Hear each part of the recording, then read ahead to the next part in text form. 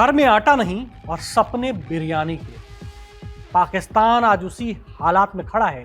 खुद कर्ज के बोझ तले दबा, तेल के लिए तरसता है, अंदर से टूटता हुआ, लेकिन बातें ऐसी जैसे दुनिया की सुपर पावर हो। और अब तो हद ही हो गई है।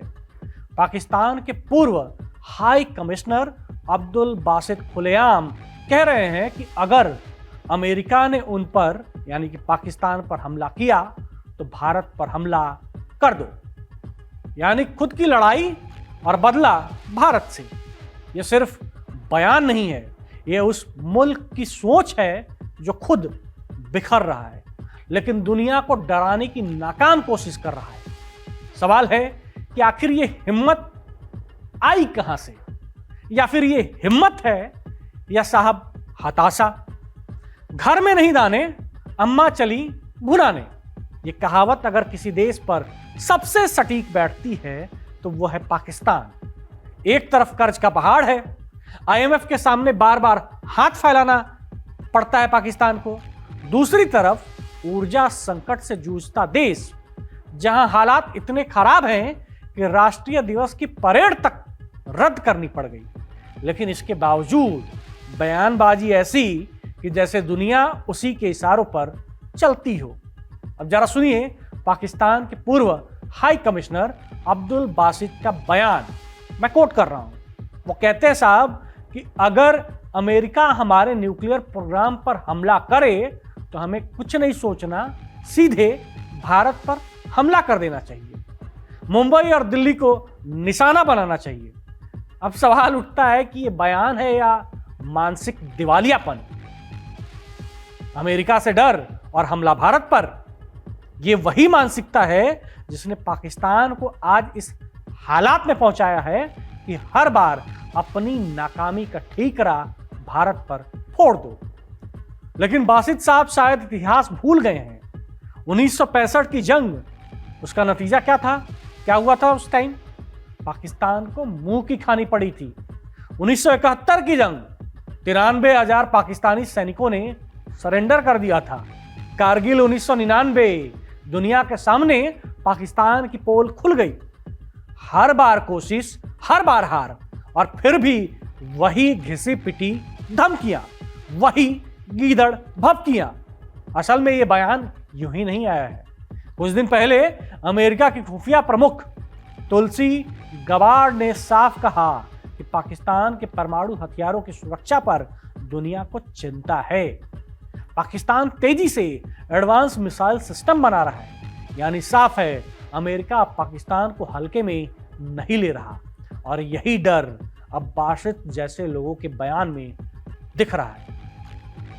अब जरा पाकिस्तान के अंदर की हालात देखिए साहब। तालिबान अफगान बॉर्डर से घुसकर लगातार हमले कर रहा है। बलूचिस्तान खुलेआम बगावत पर उतर आया है। आर्थिक हालात, पेट्रोल, बिजली, खाने तक के लिए पाकिस्तान के लोग संघर्ष कर रहे हैं। सेना के अंदर दरार पड़ गई है, असंतोष बढ़ता जा रहा है। आईएसआई और असीम मुनीर में तलवारें खिंच गई हैं। और इन सबके बीच सेना प्रमुख असीम मुनीर एक ऐसा नाम जो आज पाकिस्तान में ताकत का प्रतीक है, लेकिन उसी ताकत के कारण देश बिखर भी रहा है। तानाशाही का अंदाज है साहब का। राजनीतिक में दखल देते हैं, विपक्ष को दबाने की कोशिश करते हैं। सेना के भीतर उनकी वजह से असंतोष है। मुनीर की नीतियों ने पाकिस्तान को और ज्यादा अस्थिर कर दिया है, बना दिया है। एक तरफ देश जल रहा है, दूसरी तरफ सेना सत्ता का खेल खेल रही है।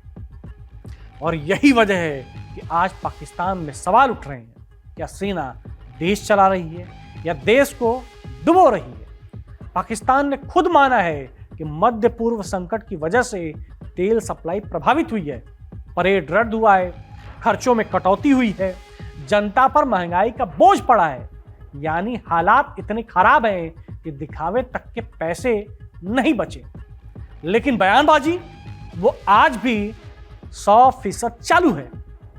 एक देश जो आईएमएफ से कर्ज मांग रहा है, तेल के लिए संघर्ष कर रहा है, अंदर से टूट रहा है, वही देश भारत पर हमले की बात करता है, दुनिया को धमकाता है। यह हिम्मत नहीं, यह हताशा है।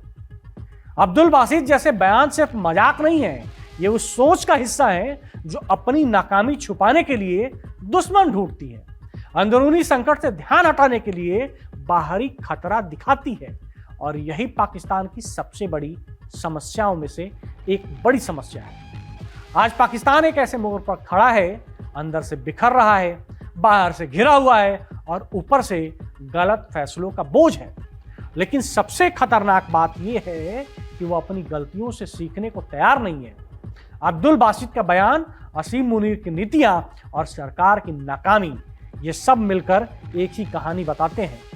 पाकिस्तान का असली दुश्मन बाहर नहीं, अंदर है।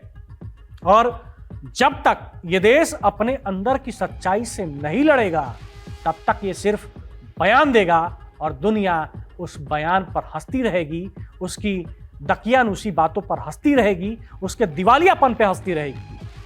आज का पाकिस्तान एक ऐसे चौराहे पर खड़ा है जहां हर रास्ता उसे और गहरे संकट की तरफ ले जाता दिख रहा है। एक तरफ आर्थिक बदहाली, दूसरी तरफ आंतरिक विद्रोह और ऊपर से नेताओं की गैर जिम्मेदाराना बयानबाजी। ये सब मिलकर उस सच्चाई को उजागर करते हैं जिसे पाकिस्तान खुद भी नजरअंदाज नहीं कर सकता। अब्दुल बासित जैसे बयान सिर्फ शब्द नहीं है, बल्कि उस मानसिकता का आईना है जिसमें अपनी नाकामी छुपाने के लिए भारत का नाम लिया जाता है। लेकिन इतिहास गवाह है कि जब जब पाकिस्तान ने भारत की ओर आंख उठाई है, उसे करारा जवाब मिला है। आज भी हालात अलग नहीं है। असीम मुनीर की अगुवाई में सेना की पकड़ भले मजबूत दिखे, लेकिन अंदर ही अंदर दरारें साफ नजर आने लगती हैं। जनता परेशान है, प्रांत बगावत पर हैं और दुनिया भरोसा करने को तैयार नहीं। सवाल यह है, क्या पाकिस्तान अपनी गलतियों से सीखेगा या फिर यूं ही दूसरों को दोष देता रहेगा?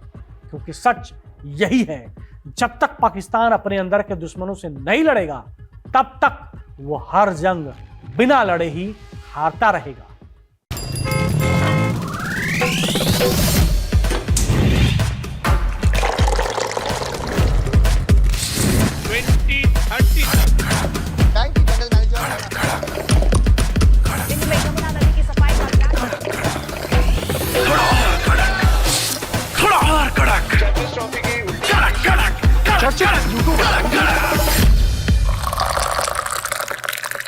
ये कड़क है।